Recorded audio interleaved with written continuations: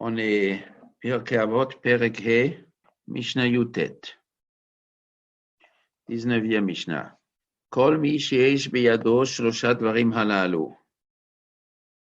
Chacun qui a dans sa main ces trois choses, Mitalmidav shel Avraham Avinu, il est automatiquement un élève d'Avraham Avinu. Même s'il habite, même s'il vit 1000 ans, 2000 ans, 3000 ans plus tard, il n'a jamais vu Abraham. Mais le fait qu'il a ces trois choses dans la main, automatiquement, il va devenir un élève d'Avraham Avinu. Ce qu'il va faire dans sa vie, ça sera dans l'enseignement d'Avraham Avinu. Ushlashat varim acherim, et ce qui a dans sa main trois autres choses, mitalmidav shel Bilam Arasha, eh bien, automatiquement, c'est un élève de Bilam, même il n'a jamais vu Bilam. Il est 1000 ans, 2000 ans, 3000 ans après Bilam. C'est pas grave. Il est son élève. Ça veut dire qu'il y a des formes d'éducation, des formations de caractère. Ce sont des caractères de l'homme. Et l'homme qui se forge un certain caractère, ces trois caractéristiques étaient à Bilam. Ce qui a ces trois caractéristiques, automatiquement, il est dans le chemin de Bilam. Donc, il risque de finir avec un Bilam. Il a les caractéristiques et donc tout ce qu'il fait dans la vie, il doit faire attention de ne pas devenir un Bilam. Les premières trois choses, il est sur le chemin, il peut devenir un Avraham Avinu, en tout cas sur son chemin. Même s'il ne devient pas Mamash un Avraham Avinu, mais il est sur ce chemin. Il a un maître.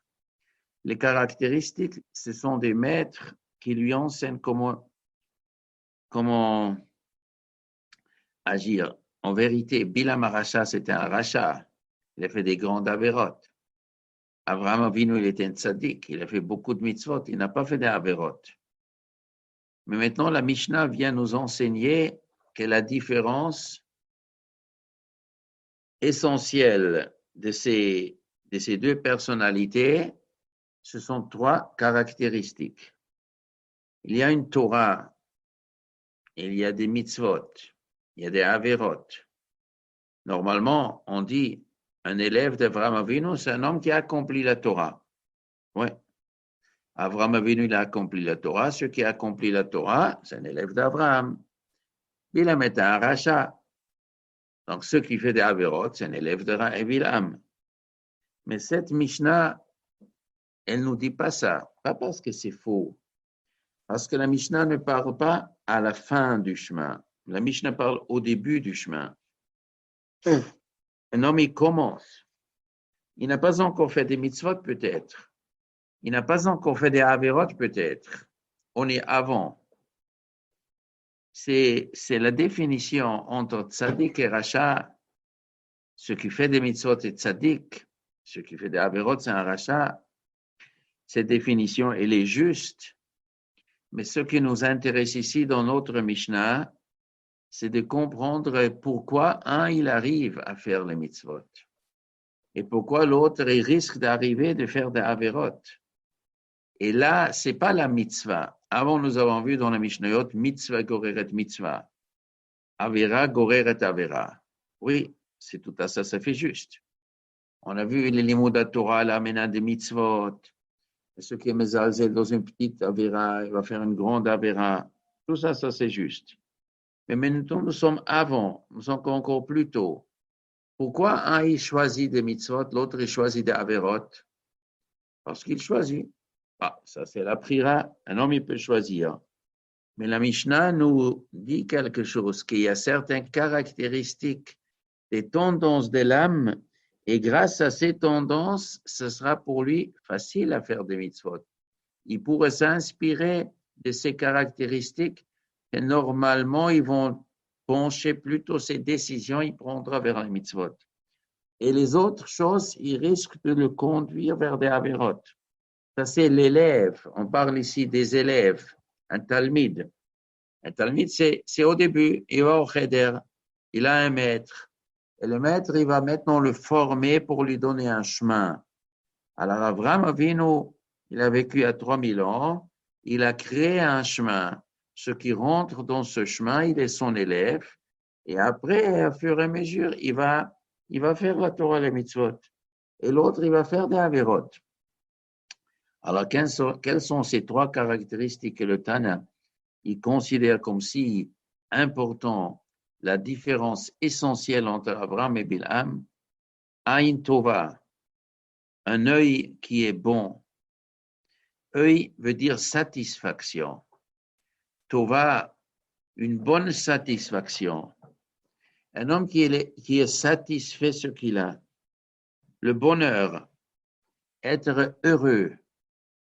Ça, c'est être heureux, le bonheur de quelqu'un. Ça, c'est Aïn Tova, le bonheur avec ce qu'il a. Pas le bonheur avec ce qu'il aura. Pas mettre le bonheur dans le futur. Si je vais recevoir telle et telle chose, j'aurai le bonheur. Non, Aïn Tova, c'est maintenant, avec ce qu'il a, il a le sentiment de bonheur. Ça, c'est le premier sod d'Abraham Avinu. Veruach nemucha, un esprit namuch, c'est la modestie. Il n'a pas besoin que les gens l'honorent. Avec l'honneur qu'il a, il est content. Il ne dit pas si j'aurais plus d'honneur, alors là, je trouverai mon bonheur. Mon bonheur dépend de quelque chose que les gens ils vont m'honorer. Ce que j'ai maintenant, avec cet honneur, ça suffit. Nefesh Shefela. Nefesh, Nefesh ici, c'est dans le sens les désirs de ce monde. Les désirs de ce monde, Shefela, Shafel, c'est bas. Il a des petites exigences pour les plaisirs. Il a un petit appétit pour les désirs de ce monde. Avec ces trois caractéristiques, après, le Kiyom Torah est facile. Abraham Avinu, il avait ces qualités, Aïn Tova. On nous raconte quand le roi de Sodome, qui était riche comme Crésus, peut-être plus riche comme le roi de Sodome, milliardaire, multimilliardaire, il a dit à Abraham Avinu, je t'offre tout. Rende-moi les hommes de Sodome, parce que je serai le roi sur eux.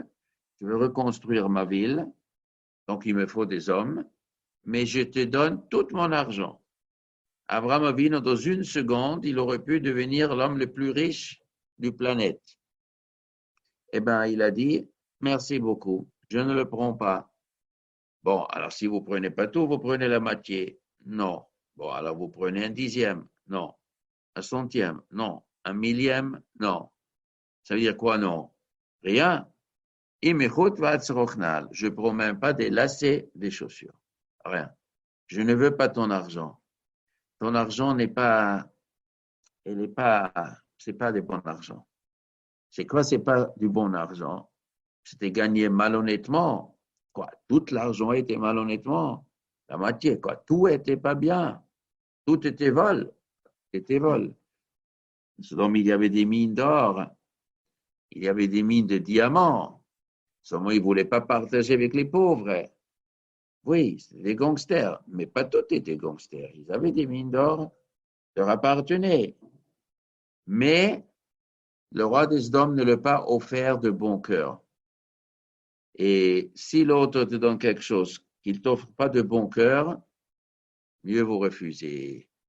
Mais celui qui n'est pas content avec ce qu'il a, il dit, mon bonheur dépend de ce que je vais recevoir demain.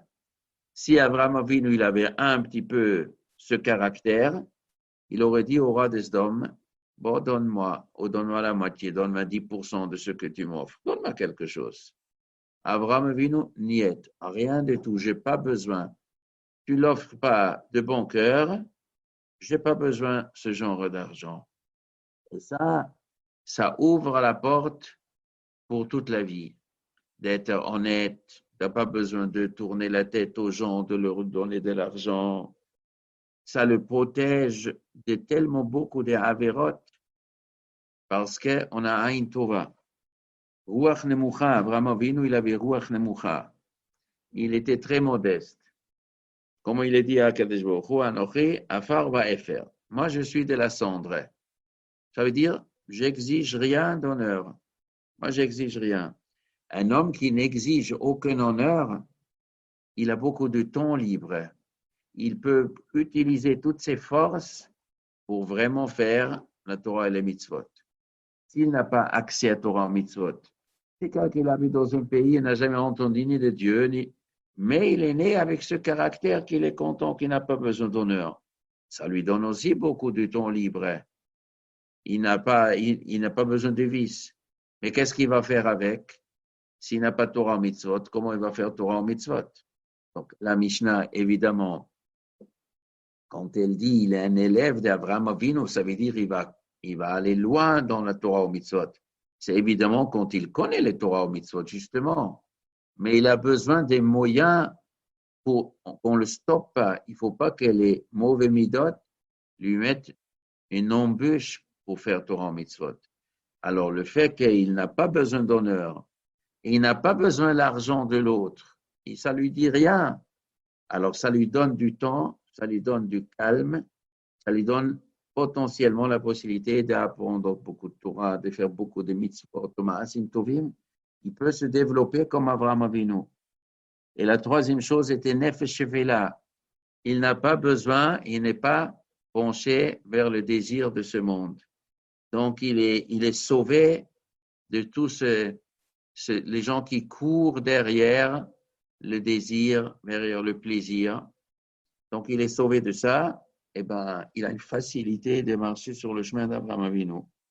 D'où on voit qu'Abraham Avinu, il avait Nefesh Shevela, parce qu'il avait la femme la plus belle du monde. Et quand il descendait en Égypte, il a dit, je viens de me rendre compte que tu es belle. La Gemara raconte, Sarah était la plus belle femme du monde. Toutes les femmes du monde sont comme des singes devant Sarah, comme ça dit la Gemara. Comme des singes. Ça veut dire quoi? Un singe, un homme. La Gemara dit ça pour Yaakov Ovin aussi. Abraham était tellement beau. Tous les gens vis-à-vis de Yaakov, c'est comme des singes devant Yaakov. Et Yaakov de Abraham Avinu, c'est comme un singe devant un homme. Alors, quand il a créé Adam et Chava, il a créé quelque chose de du top dans tout. Intelligent, une beauté. Ça, c'est Sarah. Alors, Abraham Avinu est la femme la plus belle, mais il n'est pas au courant. Par hasard, il a aperçu, il y avait l'histoire du fleuve, il voyait le fleuve, il a aperçu. Il n'a jamais aperçu, parce qu'il ne levait pas ses yeux. Abraham Avinu avait toujours les yeux par terre. Il ne levait pas les yeux. Ça, c'est une caractéristique d'Abraham Avinu. Celui qui a ça, qui est né avec ça, il a un immense potentiel. Maintenant, quand on n'est pas né avec ça, quand on n'est pas né avec Aïn Tova, Ruach Nemucha, Nefesh Shevela, alors le Tane, qu'est-ce qu'il veut de cet homme? Il veut de cet homme habitué à ça. Travaille sur ça. Essaye d'acquérir Aïn Tova, Ruach Nemucha, Nefesh Shevela. Si tu acquiers cela, tu rentres à l'école d'Abraham Avinu. Dans l'école d'Abraham Avinu, tu vas aimer Hachem, tu vas faire des mitzvot, Maasim Tovim, tu vas aller loin. Maintenant, il y a trois autres caractéristiques. Aïn Ra, un œil Ra. C'est quoi? Un œil insatisfait. Je ne suis pas satisfait. Il me faut plus que j'ai. Il est malheureux. Combien tu as besoin? Eh bien, il y a beaucoup de degrés d'Aïn Ra. J'ai besoin de 10 000 euros, 100 000 euros, 1 million, 10 millions, 100 millions. Tant que je ne serai pas l'homme le plus riche du monde, eh bien, comment il est dit Haman, je vois que tout le monde se prosterne devant moi, sauf quand je vois Mordechai Yehudi qui ne se prosterne pas, alors tout l'honneur du monde que j'ai, que tout le monde se prosterne devant moi, ça ne me vaut rien, parce qu'il y en a un juif qui ne se prosterne pas. Ça, c'est le plus grand Aïn Ra qui existe au monde. Le dernier du dernier qui ne se prosterne pas devant moi, ça me gêne. Et ça, c'est Bilam Harasha. Il avait Aïn Ra. Il voulait l'argent. Beaucoup, beaucoup, beaucoup d'argent. Il avait une ta'ava à l'argent. Où on voit qu'il avait un tel ta'ava? Parce qu'il est dit à Balak, Im yiten li Balak melo beito kesef zahav. Si Balak, il me propose melo beito, sa maison remplie, kesef zahav. Donc, on peut s'imaginer, Balak, il a un grand palais, je sais pas, il a 1000 mètres carrés, il remplit sa maison de l'or et de l'argent. Si Balak me propose ça, moi, je ne peux pas transgresser la parole de Dieu. Qu'est-ce que ça veut dire? Bilam, en vérité, est un personnage très complexe. Il faut écrire des livres sur Bilam, c'est très spécial. Un philosophe, le plus grand philosophe du monde. Un homme de Dieu, un homme avec qui Dieu communique. L'homme qui a proposé aux nations la Torah. Quand Hachem il a donné la Torah au peuple juif, il a envoyé Moshe Rabbeinu. Demande les Juifs s'ils veulent recevoir la Torah. Mais il a proposé aussi à Ishmaël, il a proposé aussi à Esav. Par qui? Pas par Moshe. Moshe n'avait pas le temps d'aller chez Édom. Chez Ishmaël, on ne lui a pas demandé de le faire. Alors, c'est Bilam, comme dit Chazal. Hachem, il a envoyé Bilam. Bilam, il est venu chez Esav, chez Ishmaël. Je suis envoyé par Dieu. Je vous propose une Torah. Qu'est-ce que vous en dites? Bilam, il propose la Torah, ça veut dire qu'il a compris la Torah. Bilam, c'est un grand personnage. Et quand on lit le Chumash, je ne peux pas transgresser rien de ce que Dieu me dit. Il annonce la couleur tout de suite. Et il joue même le très honnête. Même si Balak me donne toute sa maison pleine d'or et d'argent, je ne peux rien changer une iota de la parole de Dieu. Ah, il est très, très religieux. Il est vraiment religieux, Bilam. Et il dit, fais-moi, à Balak, fais-moi des misbechot, 7 misbechot, et tu vas faire pour Va'aïl, fais des sacrifices, et je vais maintenant me mettre en état de transe et je vais prendre le contact avec Dieu. C'est un grand bonhomme. Et alors, où ça cloche? Mais qu'est-ce qui cloche? Il était pervers. Mais qu'est-ce qu'il a amené de oser, de vouloir détruire le peuple juif? Eh bien, la Mishnah nous raconte qu'il y avait des caractéristiques en lui. La première, c'était Aïn Ra. Il voulait toujours plus d'argent. Où on voit? Il dit, si Balak me donne sa maison pleine d'or et d'argent. Mais on ne t'a pas proposé ça. Voilà, qui voulait te payer, vous le payez 20 000 euros pour le service que tu vas lui rendre si tu maudis. Il va te donner 20 000 euros. On ne t'a pas proposé 10 milliards, la maison pleine d'or et d'argent. Et pourquoi lui, il dit, même s'il me donne sa maison pleine d'or et d'argent, ça veut dire il a espéré.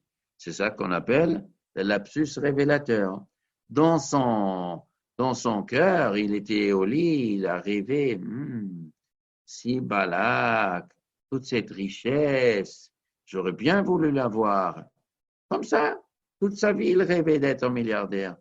Et quand c'est arrivé donc une éventualité, peut-être Balak qui va me louer, il va me payer, je vais lui demander un prix, il va me proposer un prix, eh bien, ce qui monte à son esprit en premier lieu, c'est que toute sa maison pleine d'or et d'argent. Ça veut dire, ça, c'était sa nature.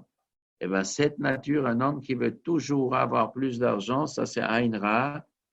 Eh bien, malheureusement, ce sera difficile pour lui de faire la Torah. Parce que à chaque décision qu'il prendra, il va peser le pour et le contre. Je vais étudier ou pas étudier? Je fais cette mitzvah, je ne fais pas cette mitzvah.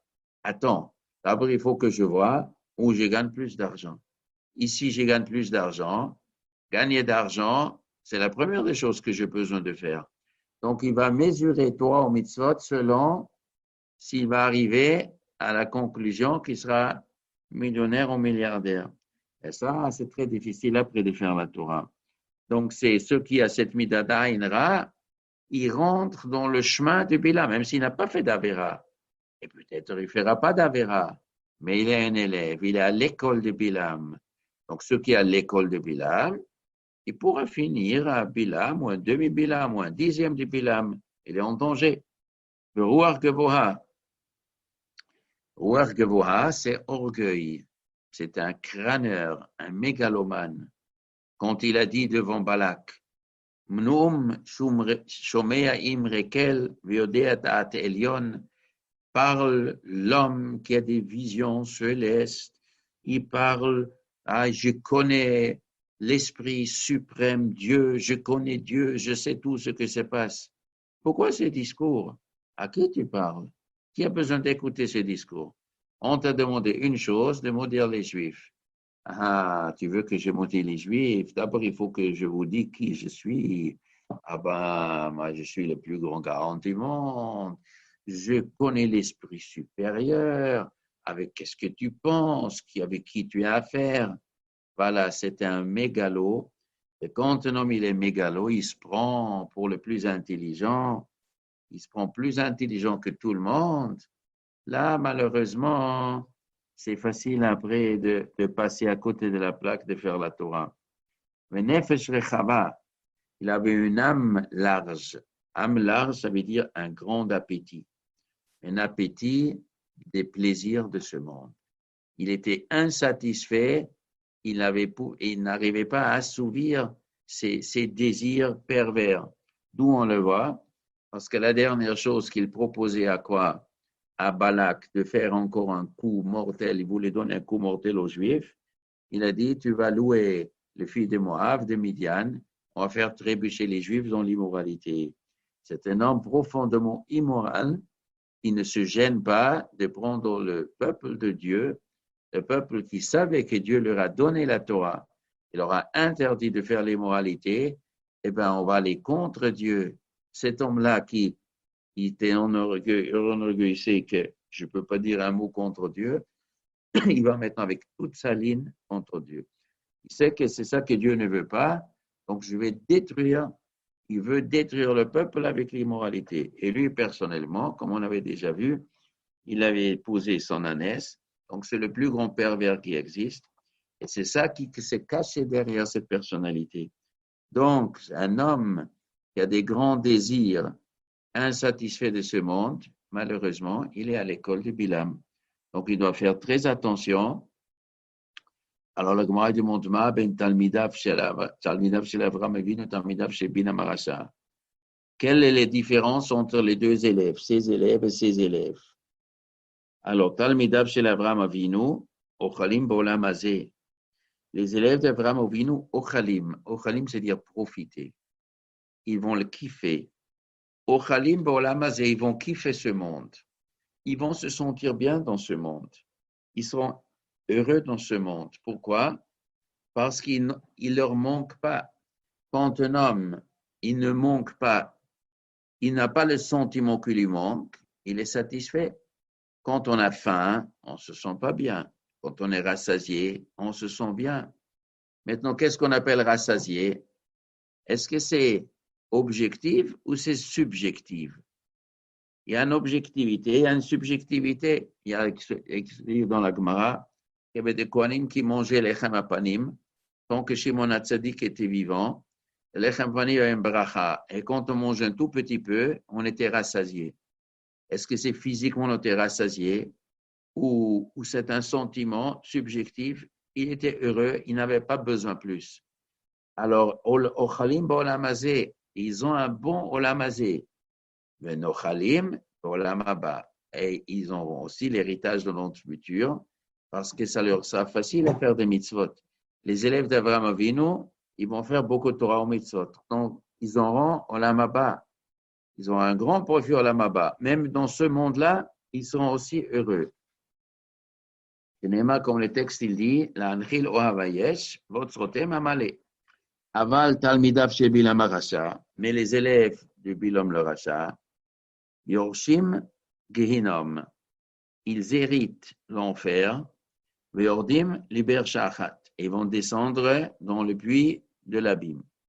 Alors, ce gehinom et ce be'er shachat, est-ce que c'est pendant la vie ou après la mort? Normalement, le gehinom, c'est après la mort.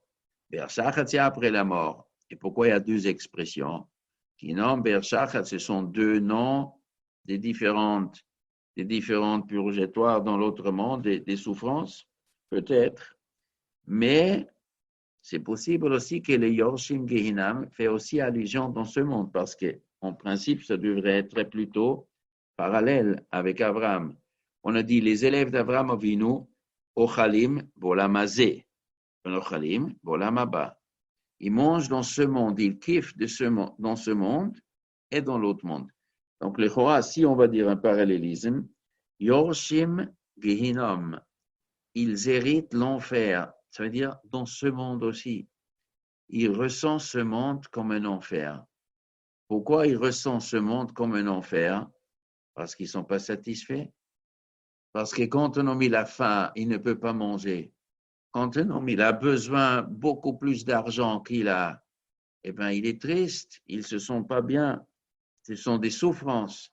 L'expression Gehinam veut dire souffrance, c'est une façon de parler, comme le Gehinam, il y a des souffrances.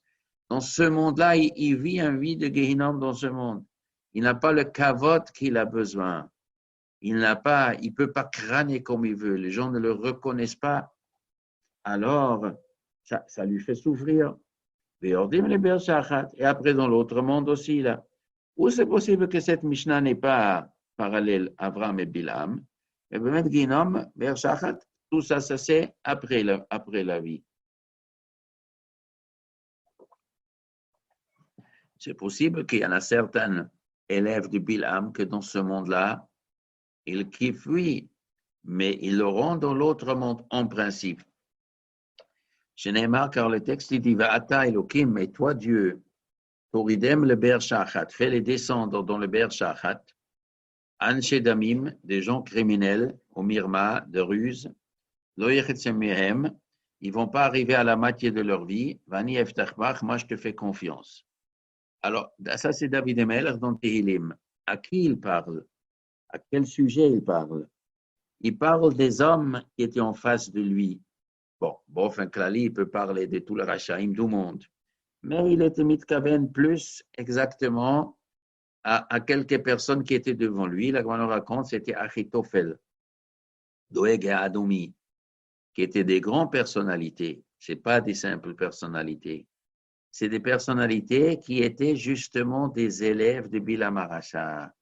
C'était des grands chachamim. Achitophel était un gaon olam. Il était le chef du Bedin, et pourtant, il y avait dans son cœur quelque chose qui tournait par an. Il était insatisfait. Qu'est-ce qu'il cherchait? Il cherchait d'être le roi. Il voulait être le roi. Il n'a pas accepté que David Emelech était le roi. Il était un Gaon. Il considérait qu'il est plus grand Gaon que David. Il considérait qu'il a plus le mérite de hériter. Et malgré qu'il est le chef du Sanhedrin, donc tu as beaucoup d'honneur.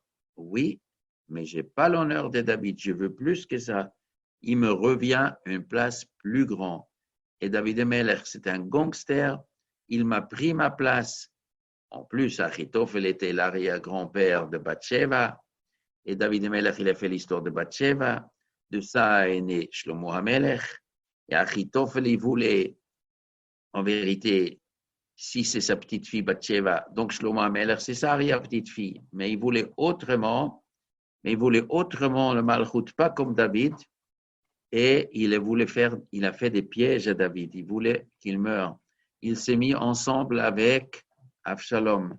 Quand Avshalom, il a fait la rébellion, quand il a fait la rébellion contre David, eh bien, il a donné des conseils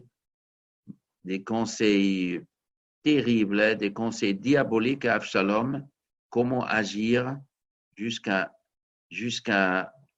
s'accaparer le malchut, jusqu'à David va mourir aussi, avec toute sa grandeur, parce qu'il voulait plus de l'honneur. Donc, il était un élève de Bilam.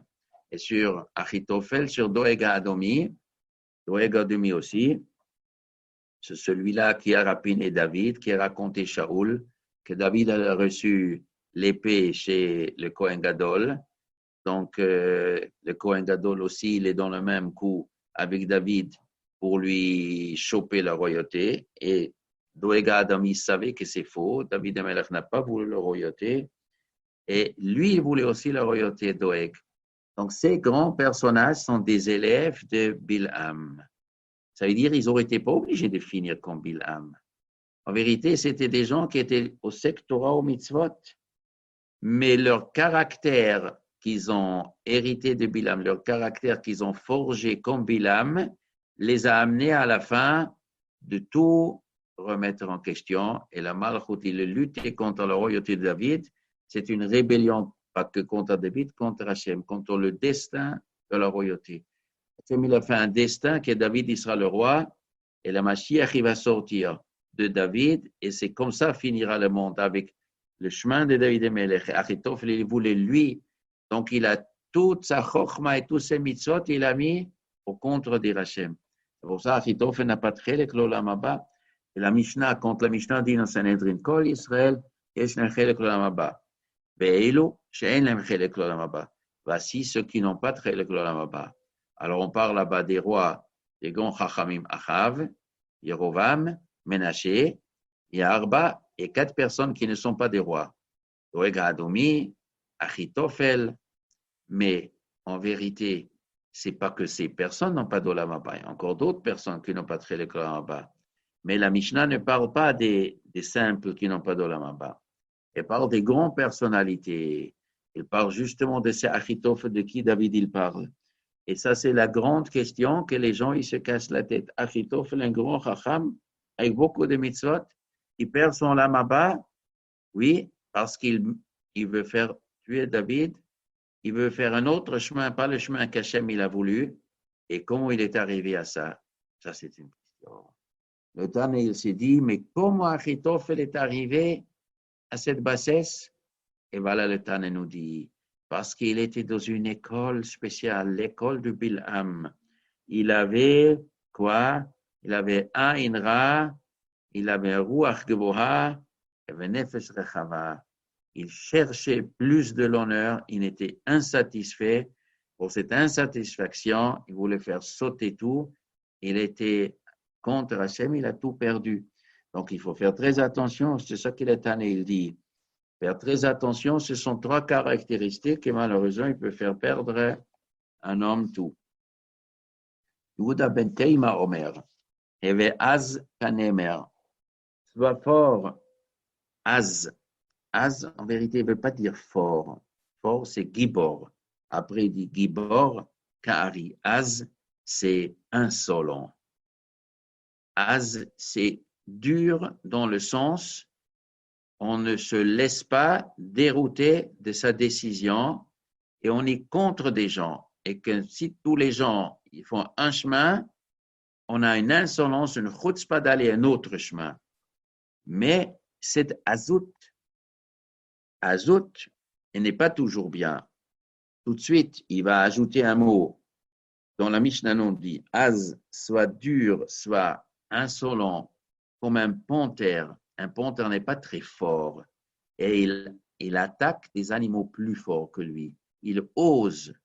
Quelqu'un qui ose, même s'il n'a pas la force physique, il ose, il a un chutzpah. Vekal kanesher, soit léger comme un aigle. Ratzkatsui, court comme un cerf. Gibor Kari, soit fort comme un lion, mais pas toujours. Ce mot-là saute. Quand il s'agit de faire la volonté de ton Père au ciel. Ça veut dire, si c'est pour faire des mitzvot, il faut utiliser toutes sortes de forces qu'on trouve chez les animaux. Alors, un panthère, peut-être ce n'est pas le panthère, peut-être c'est un autre animal, je ne suis pas sûr si c'est le panthère. Alors, en tout cas, si c'est le panthère, il peut s'attaquer à un éléphant. Mais l'éléphant, il est 10 fois plus grand que toi, il est 10 fois plus lourd que toi. Et l'éléphant, s'il lui donne un coup, c'est fini. Lui, il ose. La chutzpah.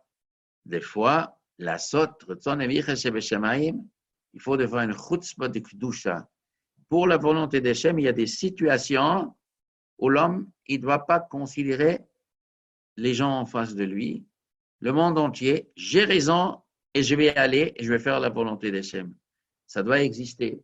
Seulement après, le même Tana, il dit, tout de suite après, Huaya Omer, lui, le même Chacham, il a dit, Az panim le Gehinnom, Un homme qui a azpanim, un homme insolent, il finira au Gehenom. Le Chora, il se contredit, le Chacham. Au début, il dit il faut être az, et après, il dit il va au Gehenom. Parce que normalement, la mida de chutzpah, insolence, impertinence, une chutzpah de son gêne, de grossièreté, sans décence, eh bien, ces gens-là, en principe, ils transgressent tout le Torah. C'est la chutzpah, on ne reconnaît pas ni parents, ni maîtres, ni sages, ni la société. C'est une grossièreté, ça amène l'homme à l'enfer. Il va rentrer au Gehinnom. Mais, il y a des moments où c'est bien. Il y a une espèce de azout, la sotretzon avicha shebashamayim. Dans ce cas-là, c'est une bonne chose. Même les mauvais midot, parfois, il faut les utiliser, la sotretzon avicha shebashamayim. Vekal kanesher, et soit léger comme un aigle. Après, Diratz va courir comme un cerf. C'est quoi la différence entre la légèreté d'un aigle et courir comme un cerf? C'est commencer à agir et l'autre pendant l'action. Sois léger, commence, bouge-toi, prends une action, ne reste pas assis sur ta chaise. Léger, ça veut dire quand il y a une plume, un petit vent, il la lève. Et quand il y a un poids de 20 kilos, il faut une tempête pour lever. Alors l'homme, il peut être lourd, il ne bouge pas, il ne prend pas d'initiative.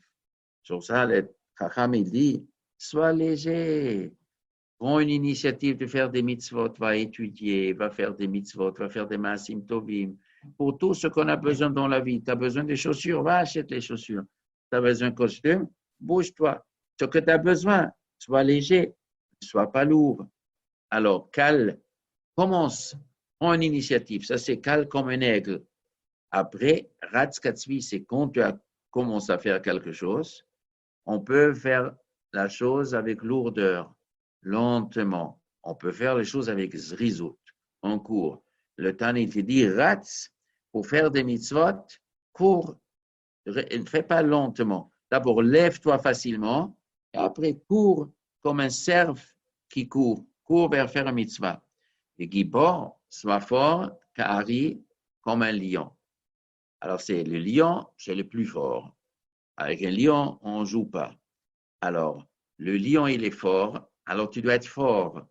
Fort contre qui? Alors, ça, la Mishnah, elle a déjà dit. On a déjà vu une autre Mishnah. Eizuhu Gibor, à Kovesh et Yitzro, pour dominer son Yetzer. Sois fort, ça veut dire ose, ça veut dire ne te laisse pas décourager. Va faire la guerre contre Yetzerara. Parce qu'une des stratégies du Yetzerara, c'est de faire peur à l'homme. Oh là là, moi je suis plus fort que toi, et surtout, ne commence pas à me faire la guerre. Hein? Yetzerara dit à l'homme, n'essaie surtout pas de gagner contre moi. De toute façon, je suis plus fort que toi. Eh bien, toi, homme, tu dis, moi je suis un lion et je vais réussir. Le lion, quand il attaque, il gagne toujours.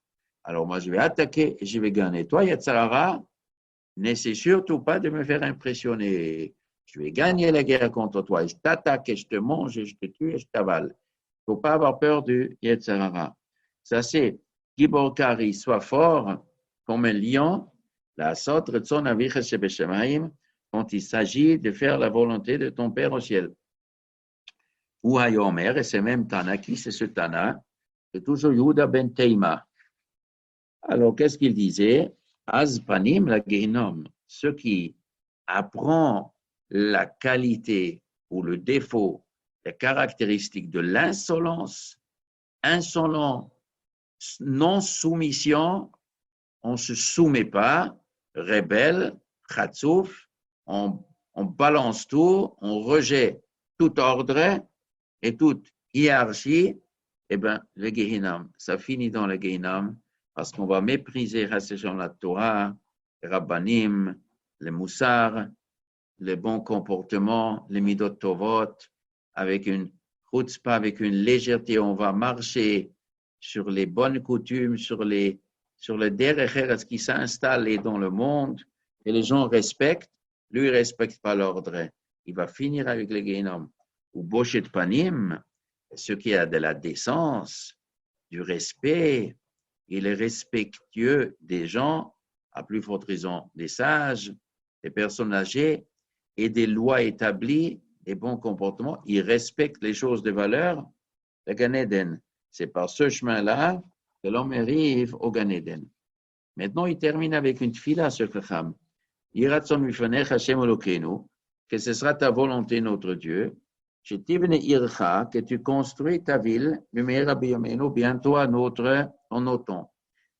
Ça veut dire, on peut déjà déduire que ce Chacham Yehuda ben Tema, il a vécu après le Chorban du Beth Amikdash. S'il avait vécu avant le Chorban, avant la destruction de Jérusalem, ça n'a pas de sens de dire, Yiratson que tu vas construire ta ville. La ville de Jérusalem était construite. Donc, évidemment, on voit déjà un phénomène historique ici. Je ne sais pas à quel moment il a vécu Yehuda ben Tema, mais en tout cas, c'était après la destruction. Peut-être c'était proche de la destruction, c'est pour ça, ou peut-être c'était 100 années après, je ne sais pas. Chez Tivne Ircha, que ta ville sera construite, Bimheira, vite, Beyameno à notre époque. On a souvent cette expression, Bimheira, Beyameno, toujours on dit ça. Ce sont deux notions. Meheira, ça veut dire construire vite, et Beyameno, c'est dans notre époque, dans notre génération. Depuis ce Yehuda ben Tema jusqu'à aujourd'hui, on répète toujours que ce sera Beyameno à notre époque. Mais même si c'est à notre époque, ça peut être dans 10 ans, 20 ans, 30 ans, ça peut être doucement. Mais on espère que ça s'accélère. L'ignan de la construction d'Yerushalayim, c'est dans quelle génération ce sera construit et si c'est construit, à quelle vitesse. Parce que la construction peut durer 200 ans. Elle peut durer 10 ans. On voudrait que ce sera Bimheira. On voit aujourd'hui Yerushalayim depuis. Bon, Yerushalayim, il a dormi pendant presque 2000 ans, ça a dormi. Au 19e siècle, doucement, ça a commencé à construire. Et après, au 20e siècle, un peu plus aujourd'hui, je pense, Yerushalayim Blainara, il y en a 1 million de gens qui habitent dedans. C'est devenu une grande ville. Qui aurait rêvé il y a 100 ans en arrière, Yerushalayim, il y aura 1 million de gens, ou peut-être proche d'1 million, je ne sais pas exactement. Personne n'a rêvé. Et des quartiers, des beaux quartiers, c'est grand et c'est beau. C'est plus beau que Paris, il n'y a pas de doute, il n'y a pas de photo. Je marche à Paris, moi, je ne parle pas du 18e arrondissement, ça n'en parle pas, mais beaucoup d'autres quartiers aussi. Yerushalayim, c'est une ville extraordinaire. Elle est belle même, physiquement, elle est belle.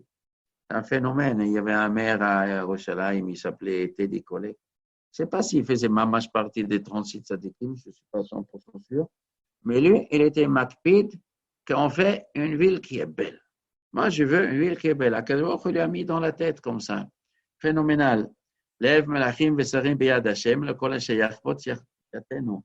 Dieu y met les idées dans la tête des rois, des ministres. Toi, tout ce que tu es, tu vas faire une belle ville. La ville de Dieu, la ville qui est dans le futur sera le Beth Amikdash dedans. La ville que tout le monde va venir ici pour Aliyat Regel.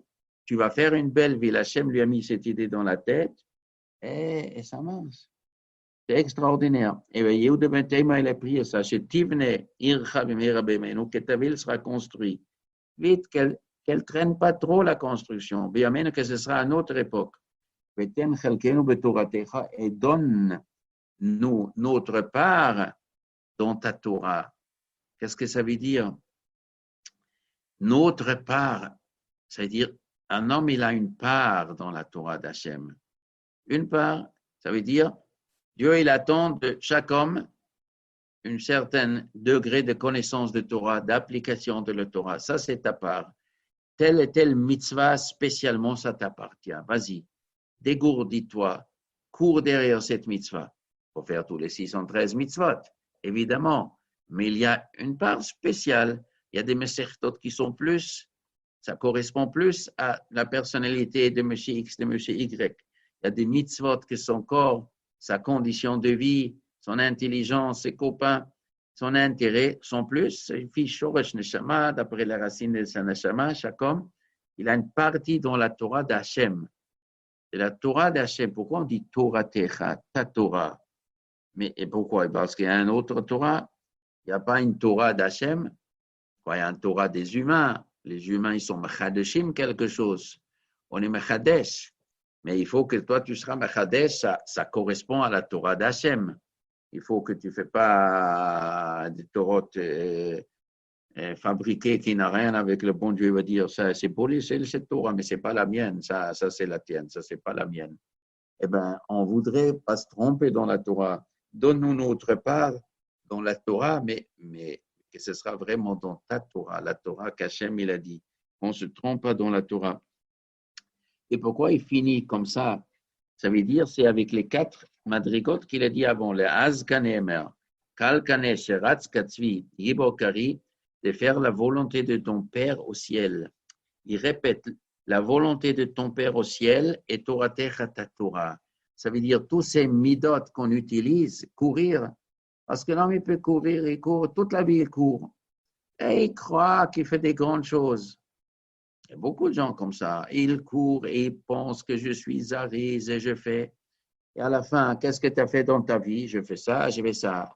Et ça correspond à quoi? À des bonnes choses. C'est la Torah de Dieu ce que tu as fait? Est-ce que ça correspond au plan divin? Il espère, non, mais il prie, Yudebentema, donne notre part dans ta Torah. Kebémet, c'est ta Torah, et notre part, je n'ai pas besoin de la Torah de quelqu'un d'autre, pas le chelek de quelqu'un d'autre. Mon chelek, donne-moi mon chelek. Ou Haya Omer, lui il disait aussi, c'est toujours Yudebentema. Ben Chamesh Shanim la Mikra. Quand on a 5 ans, la Mikra, on rentre étudier Mikra. Mikra, c'est la lecture de la Torah écrite.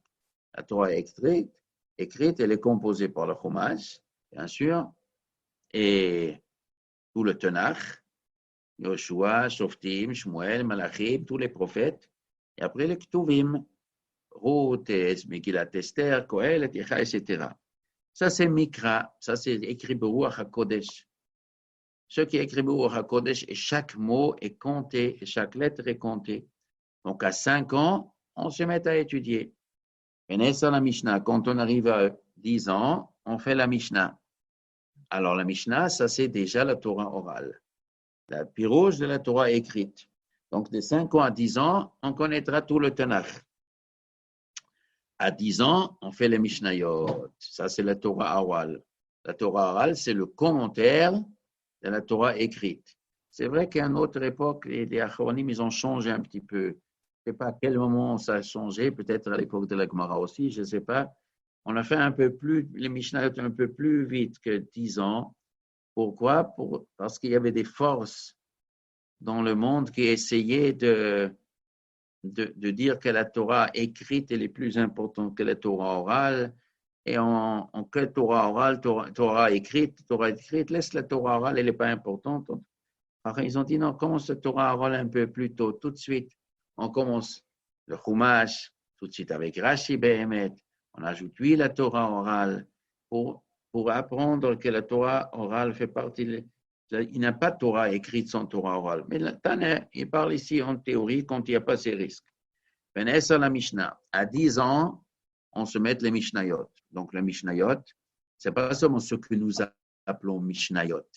Mishnah, la Mishnayot que nous allons, de Rebbe, les 6 chapitres de Mishnah, c'est Rebbe, c'est Yehuda ben Teima, il a peut-être il était époque de Rebbe, mais il n'était pas après Rebbe. Le Mishnayot, Rebbe, il a terminé à la fin de sa vie ou vers la fin de sa vie.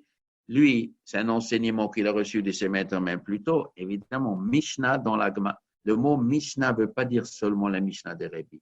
Parfois, exceptionnellement, ça veut dire la Mishnah de Rebbe. Mais normalement, Mishnah, c'est l'enseignement de la Torah orale.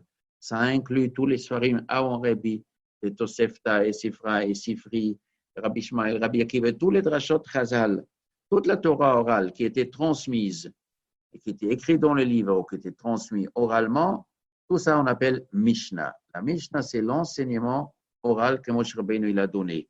Et nous trouvons, bien sûr, après, entre autres, dans la Mishnah et dans tous les Sfarim après, qui racontent la Torah orale. Ben Esser, la Mishnah. Ben Shlosh Esrei, la mitzvot. À 13 ans, on rentre dans l'obligation du mitzvot, c'est la bar mitzvah. D'où vient cette histoire de 13 ans? Le Rosh, il dit, c'est halakha le Moshe Missinaï. 13 ans. En vérité, il y a machlok Bet Shammai Bet Hillel. D'après Bet Hillel, le garçon, il est bar mitzvah à 13 ans. La fille a 12 ans. Et puis Bet Shammai, c'est le contraire. C'est la fille, elle est bar mitzvah, bat mitzvah à 13 ans. Et le garçon, il est bar mitzvah à 12 ans. C'est-à-dire, les deux, aussi Bet Shammai, aussi Bet Hillel, ils avaient une Kabbalah, mais puis, je ne sais pas, depuis Moshe Rabbeinu, probablement. Après le Rosh, ça vient de Moshe Rabbeinu, cette définition. Il y avait une Kabbalah que c'est 12 ans, 13 ans. Mais la question est se poser, est-ce que c'est les garçons, est-ce que c'est les filles? On savait qu'il y a une différence garçons et filles. Pour ça, il y avait un machloket al-Ahad, comme tout le monde disait. Les garçons, c'est comme Bet Hillel, c'est Ben Shlosh Yisrael. Ben Shlosh Yisrael la mitzvot. Ben Chamesh Yisrael la Talmud. Donc, Talmud, c'est déjà le pilpoul. C'est le pilpoul Talmud. Nous, on dit, on a le Talmud Bavli, le Talmud Yerushalmi. Mais le Talmud Bavli était écrit 4 siècles après que ce Rav il est venu, ou 3 siècles après.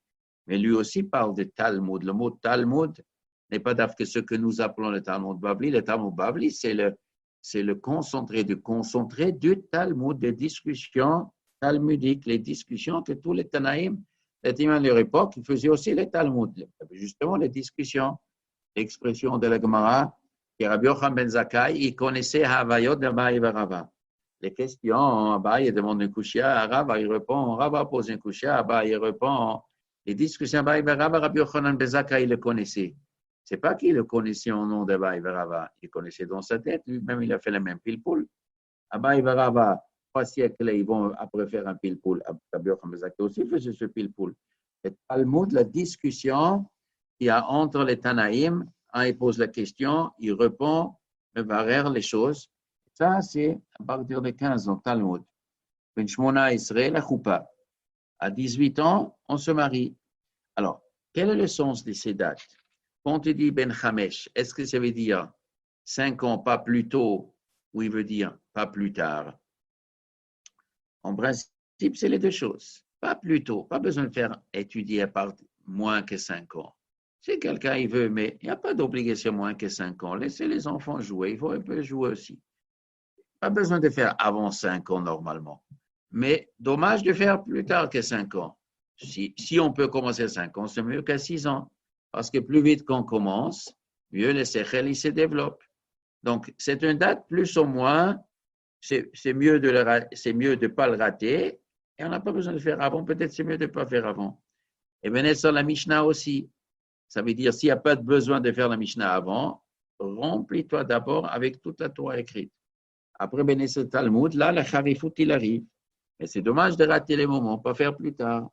Maintenant, Ben Shmona Israël, la Choupa. C'est bien de se marier à 18 ans. Bon, la Gemara nous raconte pas tout le monde se marie avec 18 ans. Déjà à l'époque de la Gemara, ce n'est pas une date qui a la Chalamosh Sinaï, comme pour la Bar Mitzvah de 13 ans. Ce n'est pas la Chalamosh Sinaï. On voit qu'il y avait des Amoraïm qui se mariaient plus tôt même. Il y a des Amoraïm qui se mariaient évidemment beaucoup plus tard. Rabbi Akiva se marier à 40 ans. Il y a beaucoup de cas. Pourquoi? Parce que des fois, il y a des raisons. Il faut se remplir encore la Torah, mitzvot plus tôt. Mais c'est une bonne date déjà à partir de 18 ans. Mais c'est après que tu as étudié un peu de Talmud. Il faut étudier un petit peu avant. En tout cas, on ne se marie pas à 13 ans. Près de 13 ans, malgré qu'on est capable de faire des mitzvot. Mais la mitzvah de se marier, on laisse un peu plus tard. Pourquoi? Ce n'est pas à 13 ans que tu es capable déjà d'entretenir une famille, etc. Ben Esrim Lirdof. À 20 ans, Lirdof. On va poursuivre la Parnassa. C'est-à-dire, il est déjà marié 2 ans. Après 2 ans après le mariage, il faut que tu te bouges, mon vieux. Il faut que tu trouves Parnassa. Et les premiers 2 ans, qu'est-ce qu'il mange? Les premiers 2 ans, ça ne coûte pas très cher.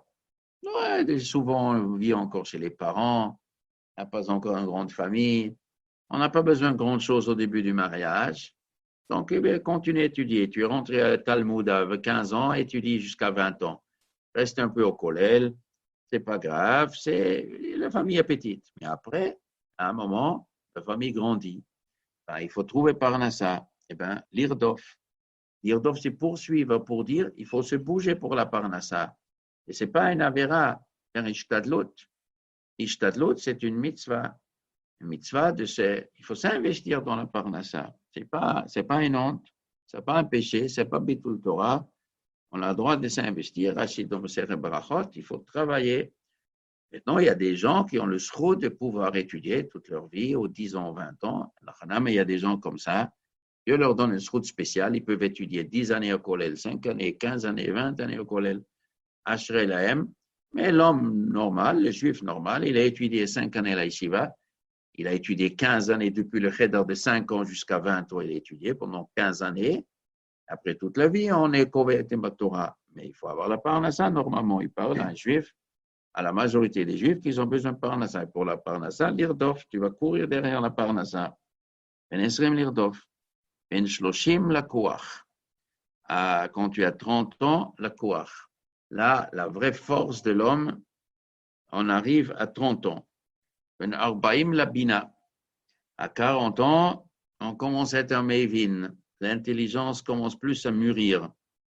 C'est-à-dire la koach, on a une force physique. À 30 ans, tu as une force physique et tu peux bien développer. À 40 ans, c'est déjà un peu moins le koach, mais ça s'ajoute la bina. La eitza. À 50 ans, on peut déneiger, donner des conseils. On a une expérience de vie. Un eitza de quoi? Pour Parnassa, pour comment les gens doivent vivre. Ou un eitza de la Torah. On eitza comment lutter contre les Yetzirah. Un conseil comment les gens doivent s'organiser pour bien vivre Gashmi et bien vivre Rouhani. C'est deux choses, donner un conseil parce qu'il a une expérience de vie. Quand on est jeune, on n'a pas cette expérience. On croit connaître, mais on ne connaît pas. Tous les jeunes y pensent qu'ils savent. Les jeunes y pensent, ils savent toujours mieux que les vieux. C'est vrai que les jeunes, ils ont plus de puissance et plus d'enthousiasme. Ça, c'est vrai. Et ils ont plus de volonté d'arriver. Il fallait toujours l'intelligence et l'expérience des vieux. Il fallait les attacher à l'enthousiasme et le dynamisme des jeunes. Alors là, c'est merveilleux. Alors, en tout cas, Ben Hamishim, la Itza, Ben Shishim, la Zikna. À 60 ans, on arrive à Zikna. On est déjà Saken, c'est un plus grand Chokhmah. Ben Shivim, la Seva. À 70 ans, on arrive Seva, c'est encore un madriga de plus. Qu'est-ce que le Tani veut nous dire? Il faut profiter. Il profiter, tu veux un Eitza, va chez quelqu'un qui a 50 ans, pas quelqu'un qui a 25 ans. Tu as besoin plus de Chokhmah. Seva, c'est déjà, Seva quand on a les cheveux blancs. Ben Shmonim la Gvura. À 80 ans, c'est Gvura, c'est la puissance. Alors, c'est quoi son puissance? Ça, c'est un peu étonnant. À 80 ans, on a la puissance, c'est pas dans les muscles. C'est pas à 80 ans qu'on arrive à des muscles. Ici, Gvura, évidemment, c'est l'évidence. Gvura, c'est les Eizeu Gibor à Kovesh et Titzro. Très facile à Kovesh les Etzara. À 80 ans, on n'a plus les Etzara de toutes ces bêtises de ce monde-là.